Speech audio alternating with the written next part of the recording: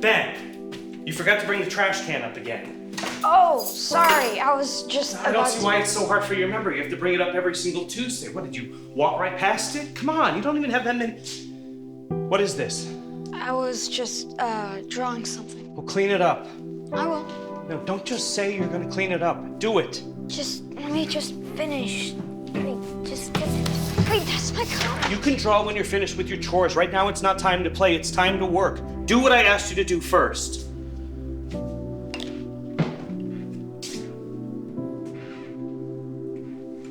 Come on. Listen. There's no need to cry. All right? There's just a right way to do things. And do you want to do things your way, or do you want to do things the right way? The right way, I guess. All right. Now get this cleaned up. Now. Hey, are you all done? What's wrong? Did he show you the comic book he was making you for your birthday? I think it was supposed to be a surprise. Well, he knows he's supposed to do his chores first.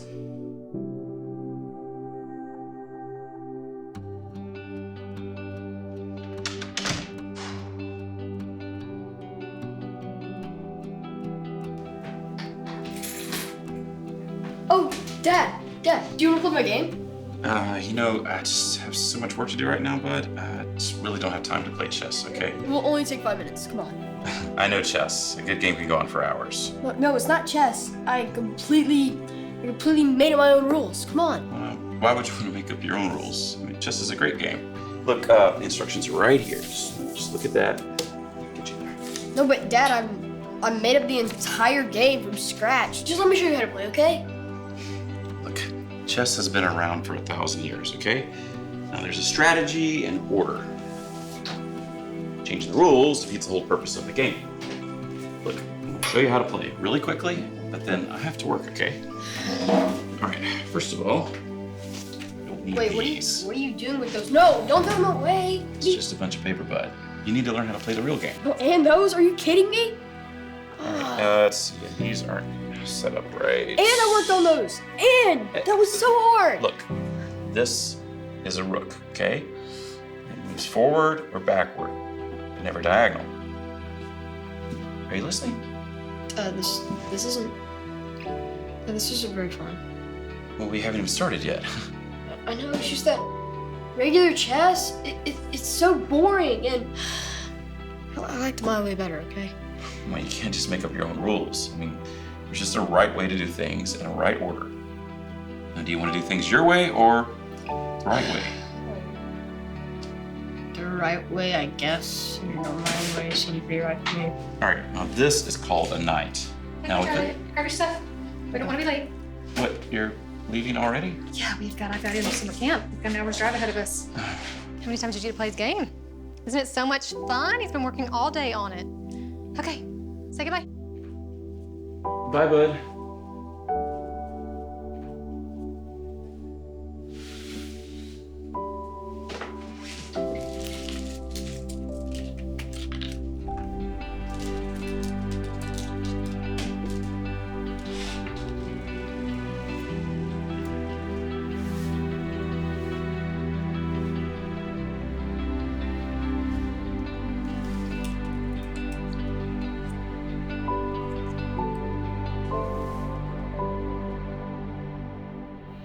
Wow, what a powerful story.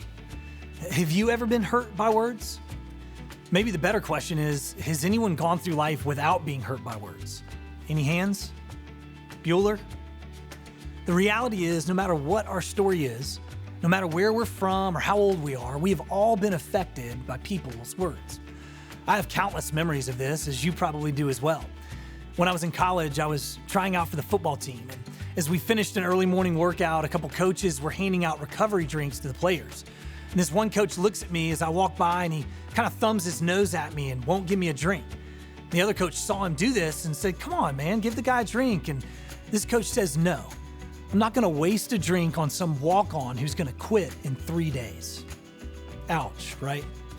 And on top of that, I'm surrounded by my teammates, which only added to the embarrassment and the hurt. And I have many other stories like that, and so do you. And the reason for this is that words are powerful. They can hurt us. We've all been hurt by words spoken to us, words spoken about us, and words spoken over us. Words don't just hurt, though. They can also help. Words can be used for good. We can encourage, we can motivate, and we can validate others with what we say. In the New Testament, the Apostle Paul talks about the power of words in his letter to the Ephesians. He commands them to let no unwholesome talk come out of your mouth. Don't use words that are unhealthy or unhelpful to the people and to the world around you. He continues and says that we should only speak what is helpful in building others up according to their needs, that it may benefit those who listen. So speak what is helpful and avoid words that are hurtful. Sounds pretty simple, doesn't it? If only it were that easy. You see, we've all experienced that communication is complicated. You can say the right thing, but in the wrong way. You can say one thing and they hear another, and you can hurt someone by saying nothing at all. You probably have examples of this.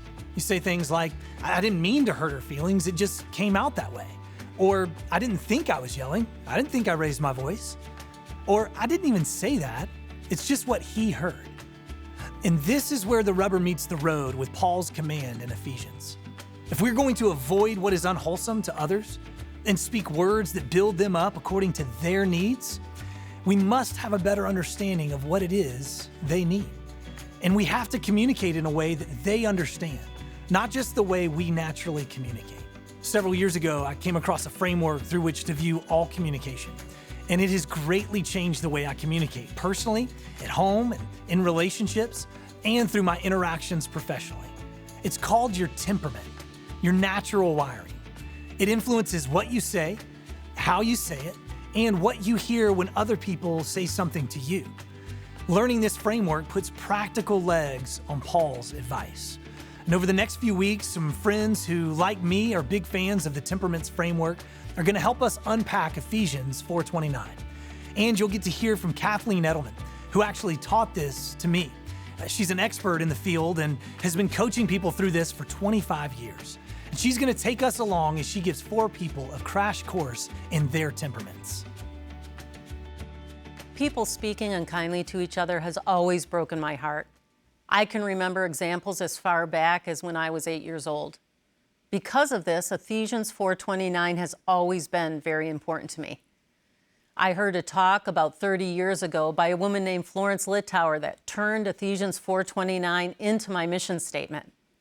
The talk was about temperaments, and as soon as I heard her explain it, I knew I wanted to spend the rest of my life learning and teaching everything connected with the temperaments in communication. And that's what I've done. I think understanding our wiring is our only hope for doing what God calls us to do in Ephesians 4:29, which is building others up according to their needs and benefiting all who listen. The temperament framework is not something I created, nor Florence. It dates all the way back to Hippocrates, who lived hundreds of years before Jesus walked the earth. It is the basis for work by some of the giants of modern psychology. The concept has a lot of different names. It has been mingled with medical science and personality typing. We're going to keep it simple. There are 4 temperaments. Learning which one you are will change the understanding of yourself. Learning which one others are will change all of your relationships. First, let's get clear on the difference between personality and temperament. Your personality is behavior, emotions, and feelings. It evolves over time because it is affected by birth order, religion, culture, gender, and many factors as you journey through life.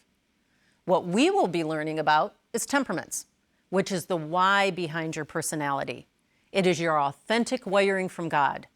Like your eye color, your hair color, voice print, fingerprint, it's unchangeable.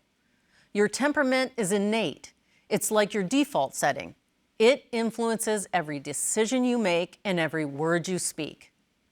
A good way to think about it is like your first language. It's what comes most naturally to you. There are 4 temperaments. Each speaks its own language. The Greek names can be a mouthful, so we've matched each one with a color. Sanguine, yellow, speaks the language of people and fun.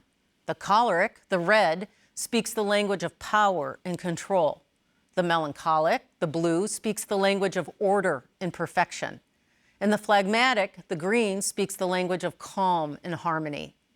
You naturally speak one of these. Maybe you've already guessed which one. My goal is to teach you to speak in all four. The way that happens in my office is by talking through real-life situations, conversations, and conflicts, figuring out what you said and what they heard, and eliminating this gray area in between. We're going to recreate that scenario for you. I've invited some people to join me. Each one is a very good representation of their dominant temperament. As you hear from them, I'd be surprised if you don't find yourself nodding along with one, saying things like, "That's my daughter," or, "Ah, yes, that's my husband." In hearing these stories, I hope that you'll see how this applies to your life and to your relationships. The first step is figuring out your temperament. To do that, there's an assessment in your workbook. It'll take you about 20 minutes to complete. Answer the questions as you are, not how others see you or how you want to be seen. At the end, you'll tally up your answers to figure out your dominant temperament. Knowing this information will help you get the most out of our time together. My personal prayer and passion is that by you understanding your authentic wiring, you'll become the very best version of yourself. That you will see yourself as God created you to be, perfect. You are perfect in His eyes. Equally important, I hope that by understanding the wiring of others, you will learn to communicate more effectively. And more importantly, you'll grow in grace to love them better. In my years of teaching and coaching individuals, couples, families, and teams, I've seen the understanding of the temperaments totally change relationships. People come into my office desperate for help. Usually, they're trying to change someone else, saying things like, "Please tell my wife this," or "If my boss only knew." Learning the temperaments will change everything. But it begins with you understanding your own temperament, understanding your wiring, your strengths, your weaknesses, and the plan God has for you. That's how you can avoid communicating by talking at each other, and instead learn the art of communication with each other by making each and every word you speak a gift to the person you're speaking with, starting with you. And that's where we'll begin next time.